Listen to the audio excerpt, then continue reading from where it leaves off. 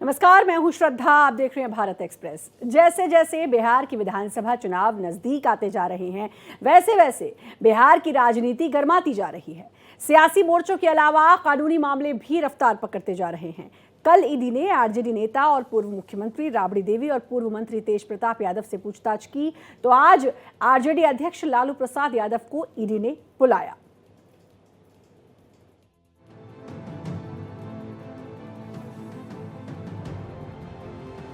बिहार में विधानसभा चुनाव के पास आते ही लैंड फॉर जॉब मामला तूल पकड़ गया है। ईडी पहले ही लालू परिवार से कई बार इस मामले में पूछताछ कर चुकी है, लेकिन अब कुछ नए तथ्य सामने आने का हवाला देकर ईडी ने पूछताछ फिर से शुरू कर दी है। पहले राबड़ी देवी और तेज प्रताप यादव को बुलाकर पूछताछ की गई, तो अब लालू यादव की बारी थी। लालू यादव के साथ उनकी बड़ी बेटी मीसा भारती भी रही। इस दौरान आरजेडी कार्यकर्ता लगातार विरोध प्रदर्शन कर रहे हैं और बीजेपी पर ईडी के दुरुपयोग करने का आरोप लगा रहे हैं। खुद तेजस्वी यादव भी पूरे मामले के पीछे बीजेपी का चुनावी हार से डर बता रहे हैं। ये लोग घबराए वाले लोग हैं, घबराते रहे। डर है, भय है। अब जिसका डर है, भय है, लेकिन ये कुछ भी करे, जितना ये लोग संवैधानिक संस्थाओं का दुरुपयोग करेंगे या कितना भी हम लोगों को उनके सोच के हिसाब से ये तंग करने का प्रयास करेंगे, उतना ही हम मजबूत होंगे और उतनी ही मजबूती के साथ इस बार बिहार में सरकार बनाएंगे। आरजेडी बार बार कह रही है कि लालू परिवार को परेशान और अपमानित किया जा रहा है, और ऐसा इसलिए क्योंकि लालू परिवार बीजेपी के आगे झुकने को तैयार नहीं है। जानकारी तो है देश भर के लोगों को, लालू प्रसाद जी का किडनी ट्रांसप्लांट हो चुका है और बहुत देर तक बैठने की इजाजत डॉक्टरों ने नहीं दी है, बावजूद भी सम्मान किया है। यही है सम्मान। हम इसलिए संविधान की भी बात करते हैं, कानून की भी बात करते हैं और न्यायिक पालिका की भी बात करते हैं। सम्मान रहनी चाहिए। उधर एनडीए नेताओं का कहना है कि जिसने भ्रष्टाचार किया है उसे उसकी सजा मिलनी ही चाहिए। हाँ, इसके लिए ही एनडीए को बिहार विधानसभा चुनाव में अपनी जीत का भी पूरा भरोसा है। एनडीए लिख कर रख लीजिए। आज मैं बड़ी जिम्मेदारी के साथ ये बात कहता हूँ, लिख कर रख लीजिए। एनडीए की जीत 2010 से भी बड़ी जीत 2025 में होने वाली है। बहरहाल लैंड फॉर जॉब मामले में लालू यादव की करीब 14 महीने बाद ईडी के सामने पेशी हुई। ईडी ने इसके पहले 20 जनवरी 2024 को लालू यादव का बयान दर्ज किया था, जबकि तेजस्वी का बयान भी पिछले ही साल 30 जनवरी को दर्ज हुआ था। तब भी जमकर बवाल मचा था और अब भी ईडी के समन पर सियासत हो रही है। लालू की बेटी और पाटलिपुत्र की सांसद मीसा भारती ने भी कहा है कि उनका परिवार जांच में पूरा सहयोग कर रहा है। आरजेडी समर्थकों ने यह भी आरोप लगाया कि लालू प्रसाद यादव का किडनी ट्रांसप्लांट हुआ है और ऐसी स्थिति में घंटों बैठाकर उनसे पूछताछ करना गैर वाजिब है, जबकि डॉक्टरों ने साफ साफ कह रखा है कि उन्हें घंटों बैठाया नहीं जा सकता है। इस बात का विरोध कर रहे आरजेडी समर्थकों ने केंद्र सरकार और ईडी के खिलाफ जमकर नारेबाजी की। सहयोगी कैमरामैन राकेश के साथ भारत एक्सप्रेस के लिए पटना से आशुतोष कुमार। और हमारे साथ एक खास पैनल जुड़ चुका है। डॉक्टर संजय कुमार, जो कि राजनीतिक विश्लेषक हैं, हमारे साथ जुड़ चुके हैं। सुमित शशांक, प्रवक्ता बिहार बीजेपी, और इजया यादव, प्रवक्ता आरजेडी, हमारे साथ जुड़ चुकी हैं। आप सभी का बहुत बहुत स्वागत है। और इजया यादव, मैं सीधे रुख पहले आपका करना चाहूँगी, क्योंकि लालू यादव को घंटों बैठाया गया, उनका किडनी ट्रांसप्लांट हुआ, ये तमाम आरोप आरजेडी की तरफ से लगाए जा रहे हैं। सबसे बड़ी बात कि बिहार चुनाव है और उससे पहले कहा जा रहा है कि एक नई रणनीति है और इसके तहत अब चुनाव के नज़दीक आते आते अब ईडी ने लंबी पूछताछ की है। लेकिन एक तरफ जब आप ही की पार्टी ये कह रही है, तेजस्वी यादव ये कह रहे हैं कि हम सहयोग करेंगे, और वहीं दूसरी तरफ जब ईडी पूछताछ कर रही है, तो फिर उस पर आपत्ति क्यों? बिल्कुल, तेजस्वी प्रसाद यादव जी का कहना है कि हम लोग सहयोग करेंगे और बिल्कुल सहयोग किया जा रहा है। कल माननीय राबड़ी देवी जी से पूछताछ किया गया, माननीय पूर्व मंत्री तेज प्रताप जी से पूछताछ किया गया। तो क्या वो लोग जितनी देर पूछताछ किया गया उतनी देर वो लोग नहीं रहे? बाहर उनके समर्थक भी थे और शांतिपूर्ण तरीके से बैठे रहे।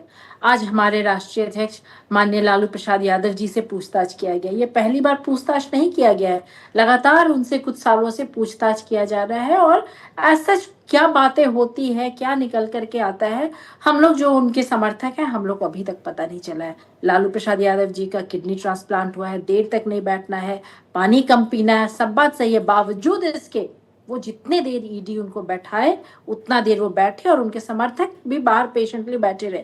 लेकिन अगर कुछ अन्याय हो रहा है, कुछ गलत हो रहा है, तो इस पे तो हम लोग बोलेंगे ही। बिल्कुल, ठीक जैसे है, पूछताछ अपनी तरफ है, तबीयत खराब होना एक इम्पोर्टेंट इशू है। हम लोग कोऑपरेट कर रहे हैं आपके साथ, आप भी कोऑपरेट कर रहे हैं। आप तो तोता मैना बन गए हैं बीजेपी के हाथों में। कभी आप ही ईडी वालों से मैं पूछती हूँ, केस कभी क्लोज होता है, कभी ओपन होता है, फिर बातें होती है, फिर थम जाता है, कुछ निकल करके नहीं आता है। तो this is complete torture and harassment. बावजूद इसके जब आपका समन आता है, हमारे नेता जाते हैं, समर्थक जो बाहर रहते हैं वो भी शांतिपूर्ण तरीके से बैठते हैं, लेकिन जो गलत है वो तो हम लोग बोलेंगे। बिल्कुल, तो इसमें गलत ये है कि उनको बैठाकर काफ़ी देर तक बैठाया गया, जो आप कह रही हैं, और उनसे लंबी पूछताछ और सवालों की फेहरिस्त ईडी ने उनको एक सूची जो है वो उनको थमाई थी। ये अब आरजेडी की तरफ से कहा जा रहा है कि ये गलत है, लेकिन वहीं आरजेडी ये भी कहती है कि हम पूरा सहयोग करेंगे जांच में और इसके तहत जाकर ईडी के सवालों का जवाब देंगे। लेकिन सबसे बड़ा सवाल ये उठता है कि जब ये मामला उजागर हुआ लैंड्स फॉर जॉब, उस समय यूपीए की सरकार थी, यूपीए की सरकार में ही रेल मंत्री थे, और अगर मैं गलत नहीं हूं तो उस समय जो वरिष्ठ नेता थे शिवानंद तिवारी, जो कि आरजेडी के ही बड़े नेता थे, उन्होंने ही जाकर मनमोहन सिंह से इसकी शिकायत की थी। तो यानी कि जो ये कहा जा रहा है कि ईडी का दुरुपयोग, ये तमाम बातें जो कही जा रही हैं, तो क्या ये कितनी सही है, कितनी गलत है, इस पर मैं आपसे बात करूंगी जया जी। लेकिन ज़रा बीजेपी का पक्ष में जान लेती हूँ, क्योंकि बीजेपी पर ये बार बार आरोप लगता है सुमित शशांक कि भाई ईडी का दुरुपयोग, सीबीआई का दुरुपयोग, यानी कि जो जांच एजेंसियां हैं उनका दुरुपयोग बीजेपी करती है, और बिहार में तो चुनाव बहुत नज़दीक हैं, तो कोई स्टंट, ये स्ट्रैटेजी बीजेपी की? देखिए, मेरा स्पष्ट रूप से मानना है कि जब कोई भी व्यक्ति कर्तव्य निष्ठा के साथ, कोई भी गवर्नमेंट बॉडी जो है कर्तव्य निष्ठा के साथ देश की सेवा करती है अपने लक्ष्यों की पूर्ति के लिए, खास करके कोई भी अपराधी है या फिर किसी प्रकार से आर्थिक रूप से अपराधी है, तो उसको चिन्हित करने का जब काम करती है, तो इस प्रकार की भ्रष्टाचारियों की जो जमात है वो लगातार आरोप लगाते रहते हैं। लालू जी की बीमारी पे बात हो रही है, तो मैं बता देता हूँ, भारतीय जनता पार्टी की अगर बात करेंगे ना, तो हम चलते हैं सर्वे भवन्तु सुखिनः सर्वे सन्तु निरामया। तो हम तो उम्मीद करते हैं कि पूरा देश जो है वो स्वस्थ रहे, लेकिन हत्या, अपहरण, लूट, बलात्कार और फिरौती और भ्रष्टाचार, जिसका पर्याय पूरी की पूरी तरीके से राजद बन चुकी हुई है, और पहले भी जिस तरीके से पूरे बिहार को चलाने का जिन लोगों ने काम किया था, माननीय लालू प्रसाद यादव जी कोई साधु संत महात्मा नहीं है, ये भी पूरा देश जानता है और पूरा बिहार जानता है। वो एक सजा याफ्ता मुजरिम है, वो मुखिया का चुनाव नहीं लड़ सकते हैं, वो ग्राम पंचायत का चुनाव नहीं लड़ सकते हैं, माननीय कोर्ट ने उनको सजा याफ्ता मुजरिम कहा है। और लैंड फॉर जॉब मामले की बात हो रही है, उसमें बहुत टेक्निकल रूप से देखना पड़ेगा कि पश्चिम मध्य रेलवे की घटना है। पश्चिम मध्य रेलवे में जिस तरीके से जबलपुर जोन की बात होती है, वहां पे एक बीपीएल परिवार का व्यक्ति वो कैसे इन लोगों को एक जमीन दान दे सकता है, एक घर दान दे सकता है, जिसके सर पे खुद भी छत नहीं है, और वो भी जो जॉब देने की बात हो रही है ना, तो वो भी फर्जी डिग्रीधारियों को इन लोगों ने जॉब दिया। और कितने 78 लोगों की पूरी टीम है, इसमें कौन से अधिकारी वर्ग से लोग आते हैं वो भी देखना है, और कौन इनके परिवार का लोग आता है। हेमा यादव कौन सा काम करती थी भैया जो उनके नाम पर जमीन लिखा गया, ये भी तो बताना पड़ेगा ना। राबड़ी देवी जी कौन सा काम करती थी जो उनके नाम पे जमीन लिखा गया। तेजस्वी यादव कौन सा काम करते थे जो उनके नाम पर जमीन लिखा गया। तेजस्वी यादव और तेज प्रताप यादव के नाम पे 3 मंजिल का फ्लैट और 90 डेसिमल जमीन कहां से आया, ये भी तो बताना पड़ेगा ना। देखिए, बताना नहीं है, बस ब्लेम गेम करना है, और कहीं ना कहीं मुझे लगता है कि इमोशनली लोगों को ब्लैकमेल करना है। जो इन लोगों ने समीकरण बनाया, यादव और मुसलमान का समीकरण बनाया, उसको भी धोखा देने का काम किया इन लोगों ने। इन लोगों ने तो कहीं ना कहीं बाहर के लोगों को ला करके राज्यसभा देने का काम किया और बिहार के लोगों को ठेंगा दिखा दिया। तेजस्वी यादव के सामने अगर कोई भी व्यक्ति, खास करके कोई भी युवा अगर प्रतिभाशाली है, तो उस युवा को ये लोग सर्वनाश कर देना चाहते हैं। और भ्रष्टाचारियों का गैंग ऐसे ही नहीं कहा जाता है, गिरोहों का गिरोह। हम लोग बार बार बिहार में अगर बात होगी ना, तो हम लोग कहते हैं गिरोहों का गिरोह। गैंग्स ऑफ राष्ट्रीय जनता दल, इसमें विभिन्न प्रकार के गिरोह हैं। कहीं ना कहीं कोई कुछ काम करता है, कोई बालू माफिया है, कोई शराब माफिया है, कोई भू माफिया है। संगठित अपराधकर्ताओं का गिरोह बना के ये गिरोह बना। और मुझे लगता है कि दया भाव नहीं देखना चाहिए। मुझे लगता है ना, जिन लोगों का परिवार लूटा गया, जिन लोगों को कहीं ना कहीं झूठा भ्रम देने का काम किया गया, और जिन लोगों के कारण पूरे बिहार के एसेट्स को लूट लिया गया, अगर आप स्पष्ट रूप से बताइए ना।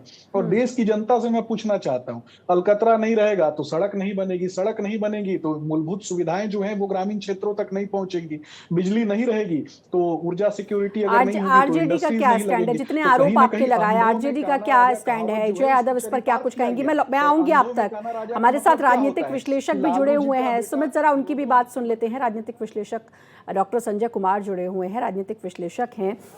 किस तौर पर ये ईडी की पूछताछ को आप देखते हैं एक राजनीतिक विश्लेषक होने के नाते, क्योंकि चुनाव बहुत नज़दीक हैं। लगातार ये भी देखा जा रहा था कि तेजस्वी यादव तरह तरह के आरोप लगा रहे थे नीतीश कुमार पर।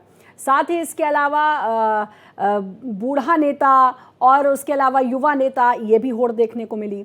राबड़ी देवी बहुत गरजी थी अभी कुछ समय पहले विधानसभा में।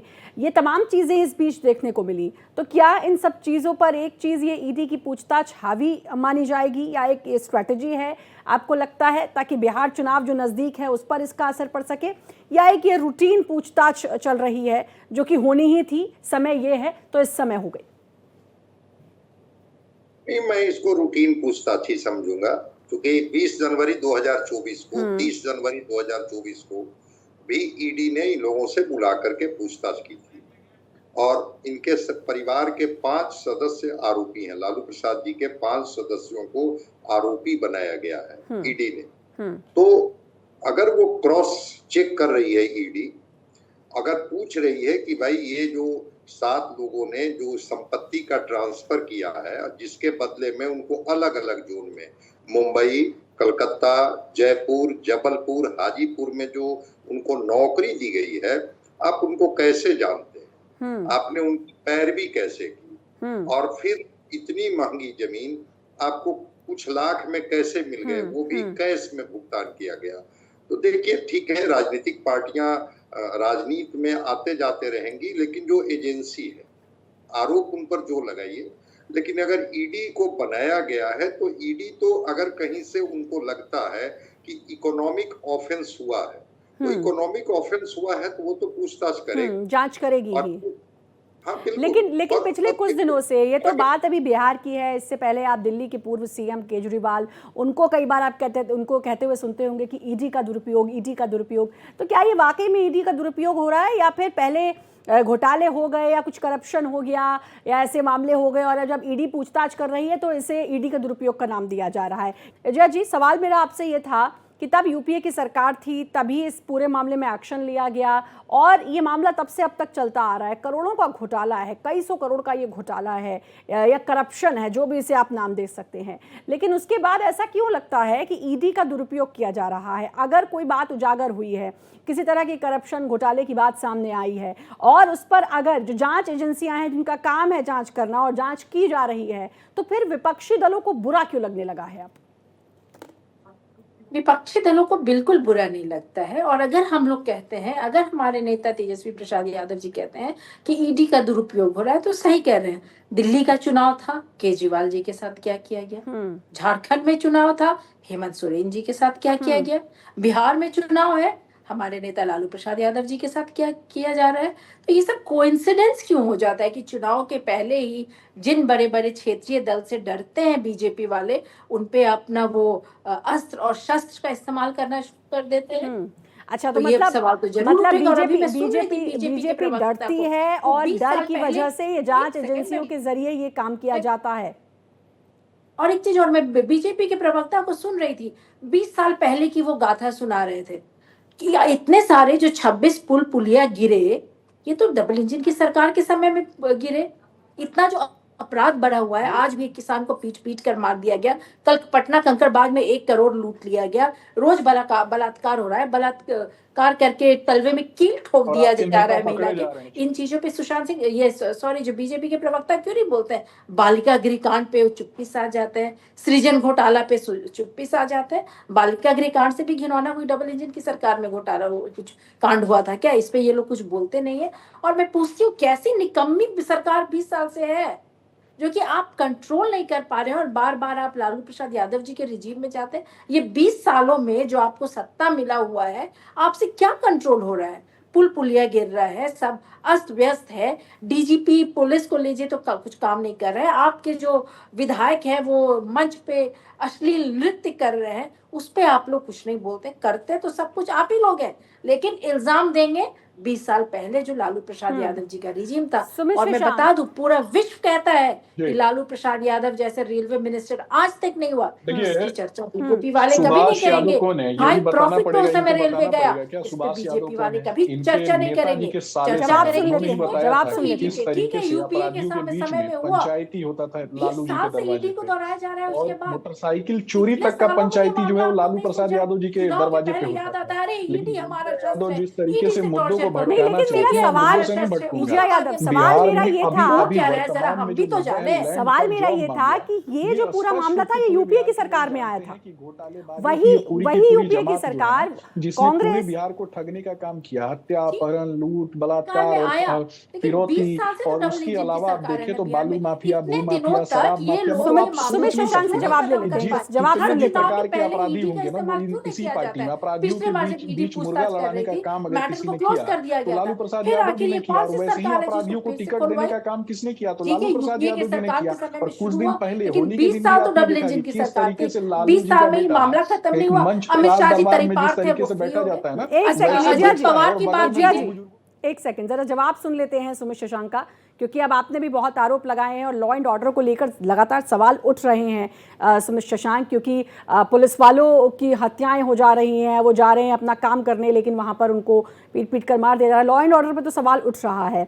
जो तमाम आरोप लगाए हैं और सबसे बड़ा आरोप कि आप चुनाव से ठीक पहले क्यों ये जितनी भी जाँच एजेंसियाँ ये जाँच करना शुरू करती हैं।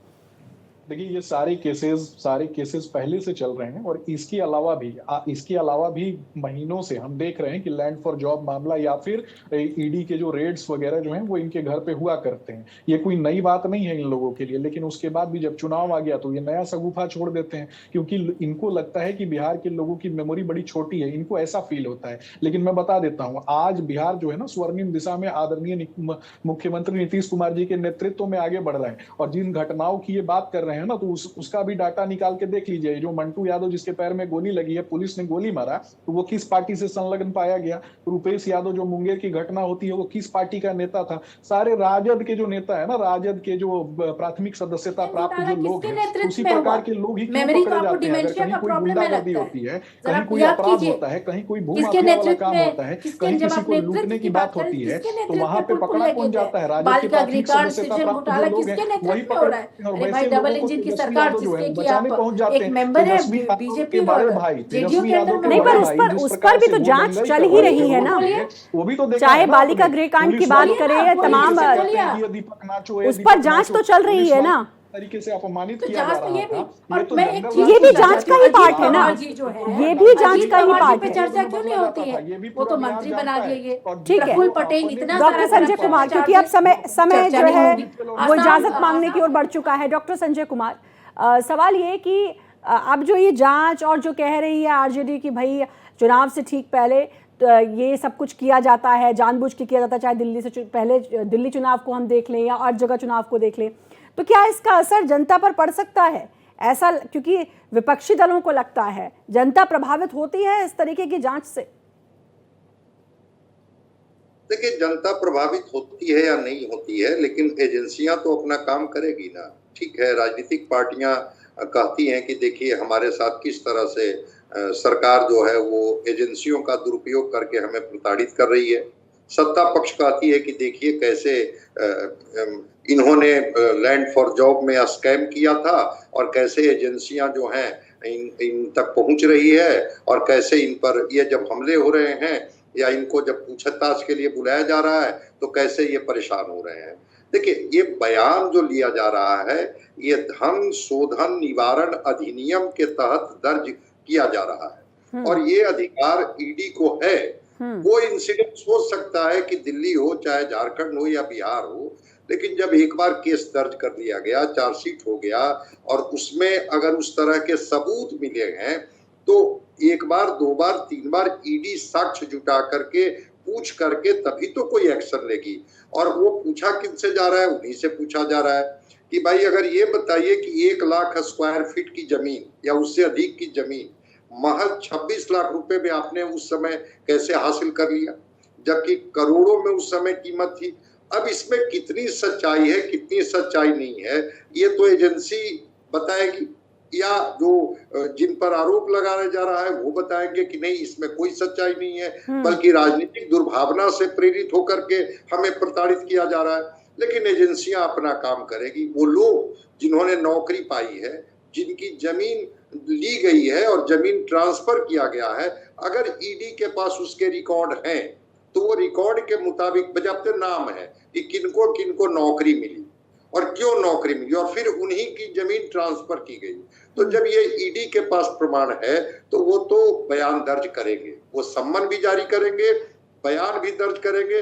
हाँ, मैं इससे जरूर सहमत हूँ कि एक ह्यूमैनिटेरियन ग्राउंड होता है कि अगर लालू प्रसाद जी अस्वस्थ हैं तो फिर इतने देर तक अगर उनको कहीं से भी जो भी उनके फिजिशियन होंगे या नेफ्रोलॉजिस्ट होंगे जो इजाजत नहीं देते हैं कि 4-4 घंटे उनको बिठाया जाए, वहां पर थोड़ा मानवीय दृष्टिकोण ईडी भी रखना चाहिए, ईडी को भी रखना चाहिए। अब ईडी रखी नहीं रखी मैं नहीं जानता हूं, लेकिन हाँ एक मानवीय पहलू है जिसका जरूर ध्यान रखा जाना चाहिए पूछताछ के दौरान।